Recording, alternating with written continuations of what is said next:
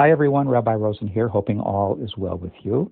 And as always, again, wishing you a very wonderful Shabbat.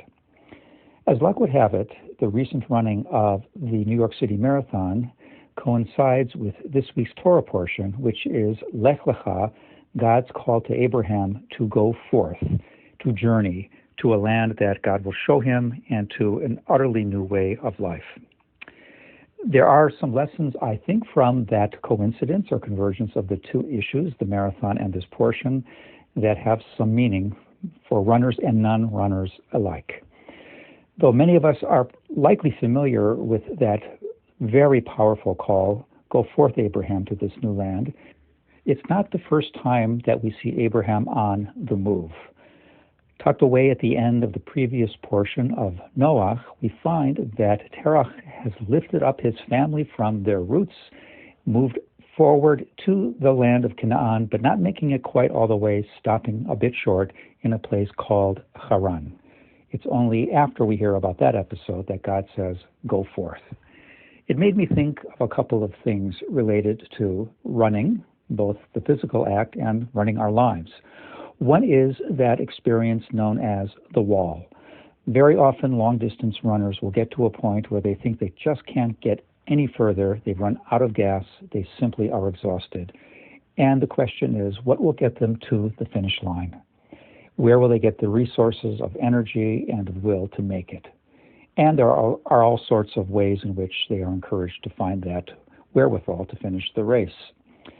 And in our own lives, many of us also find the experience of having motivation to move forward in a very positive way, to improve ourselves, to lift ourselves up spiritually, to find ourselves involved in something deep and profound. And very often we too hit a wall.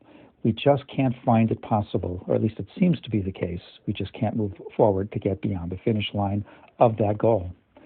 I think that Lech-Lecha is in many ways a response to that experience.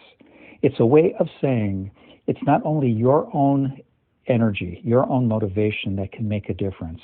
It's the sense of having a calling in life, a sense that you and only you can do certain kinds of things, and that kind of quest is a spiritual endeavor of the highest order. Many people who feel a spiritual calling to move forward in life describe it not as something burdensome and overwhelming, but rather as a very beautiful and powerful tug forward that says, yes, you can do this. That it is a very beautiful thing to feel that you can make a difference in the lives of others, to make a cause more powerful because you are a part of it. Whenever we face a wall in our lives, I hope we might find ourselves listening to something beyond ourselves that is a call, a Lech-Lecha, something that says, you need to go forward. You started off on the journey. There's just a little bit left. You can make it. And indeed, the highest purposes of heaven and on earth are saying, keep on going. Go forth. Shabbat Shalom. I hope that all is well with you, and looking forward to seeing so many of you at our class on ethics on Monday night.